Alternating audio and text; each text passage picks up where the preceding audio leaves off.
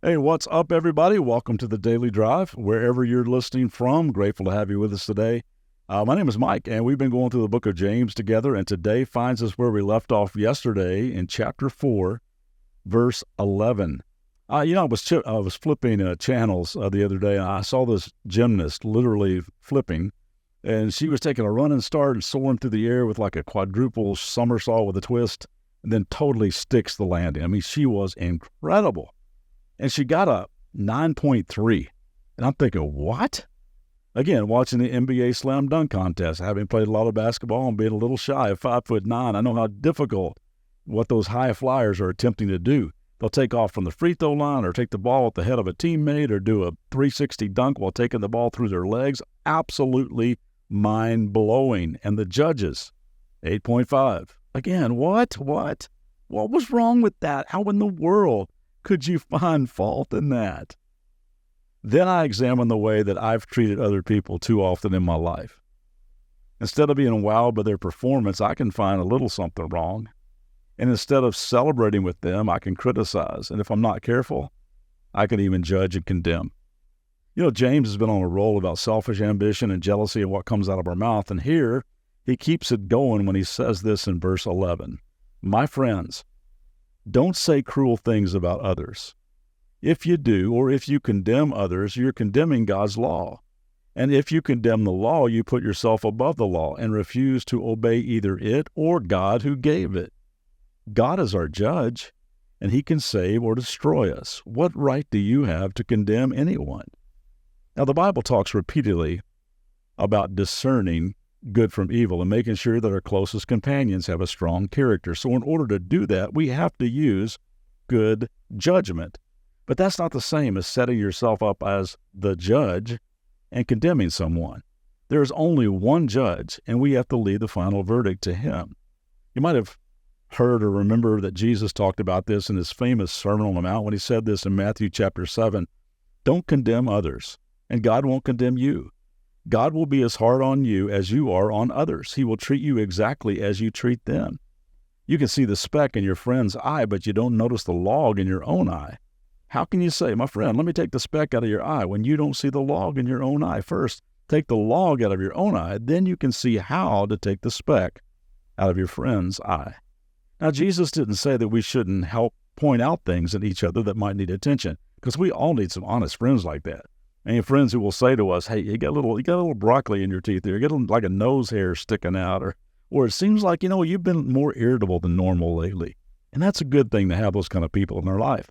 But as we are trying to help others, we have to be self-aware and take care of the glaring issues in our own life. If we don't, we're setting ourselves up as fault-finding judges with selfish motives. And then James shifts a bit.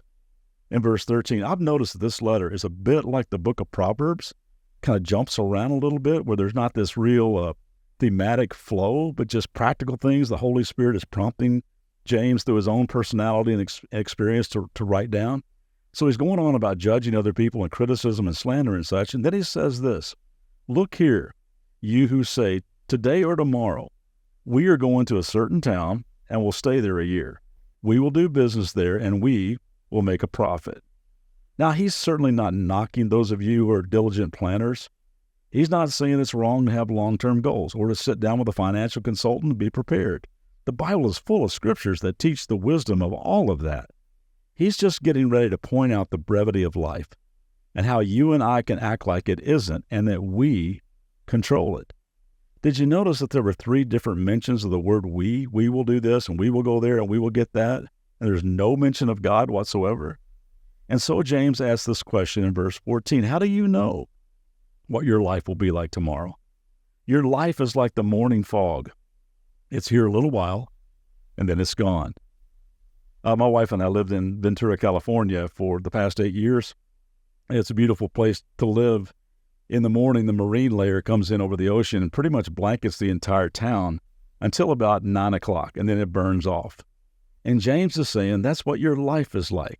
I mean, it rolls in like a fog, and around 9 o'clock, you're gone.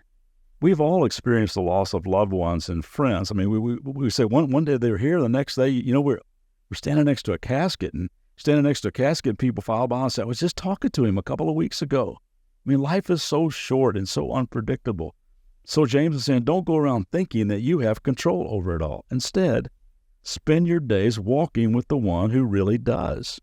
Verse 15, what you ought to say is, if the Lord wants us to, we will live and do this or that. He's just saying live with humility and dependence, knowing that we can make our plans, but the Lord determines our steps. He holds the keys to life and death, and we have to trust him with the keys. So our attitude shouldn't be, man, I got some great plans for my life, got it all mapped out. Rather, our attitude should be, you know what, I'm going to trust the Lord with all my heart. And I'm not going to boastfully lean on my own understanding. I'm going to acknowledge his better ways. I'm just going to trust that he will make my path straight. Every breath I take is a gift from him, and my life is in his hands. Then he says in verse 16, otherwise, you're boasting about your own pretentious plans, and all such boasting is evil. Remember, it is sin to know what you ought to do and then not do it. And the context here is, it's a sin to know that you should walk in humble dependence with God and still run your own life. So let's be grateful today for the breath in our lungs, for the people in our lives, for the goodness of God. And let's trust his better wisdom, and let's walk humbly with him today. And one day when the fog does burn off, and it will, we will see him face to face. Have a great day. See you back tomorrow.